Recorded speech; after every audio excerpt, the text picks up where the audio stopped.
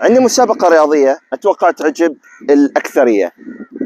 نفس الحركات اللي سويتها في البداية أبغاك أنت تقلدها، سواء ولد بنت كبير صغير ما في مشكلة.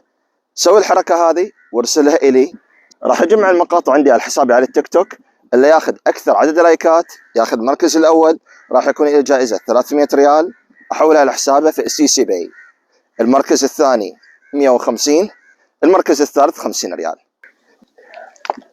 شروط المسابقة انك تتابعني على حسابي على التيك توك، تنشر المقطع قد ما تقدر، المقطع اللي راح نشره في حسابي إلك تنشره عشان تجيك عدد لايكات اكثر وان شاء الله تفوز.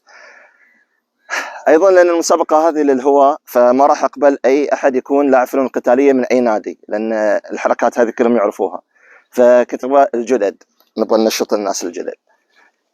لما ترسل لي المقطع على اي حساب تيك توك انستغرام، اذا تعرفني على الواتساب فيسبوك، ارسل اسمك الثلاثي، كم عمرك، المدرسة اللي انت فيها، ورقم الجوال اللي عليه حساب CC Pay.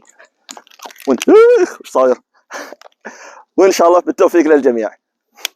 لكن اللي ما يربح يعني الجوائز المادية واشوف ان الحركة اللي اداها ممتازة او انه حصل لايكات واجد، لكن ما اخذ واحد من الثلاث مراكز الاولى، ممكن فرضا ان اصور انا وياه مقطع وانزله على حسابنا في التيك توك، او ان اعمل استعراض في مدرسته ويكون هو وياي، يكون هو بطل الاستعراض.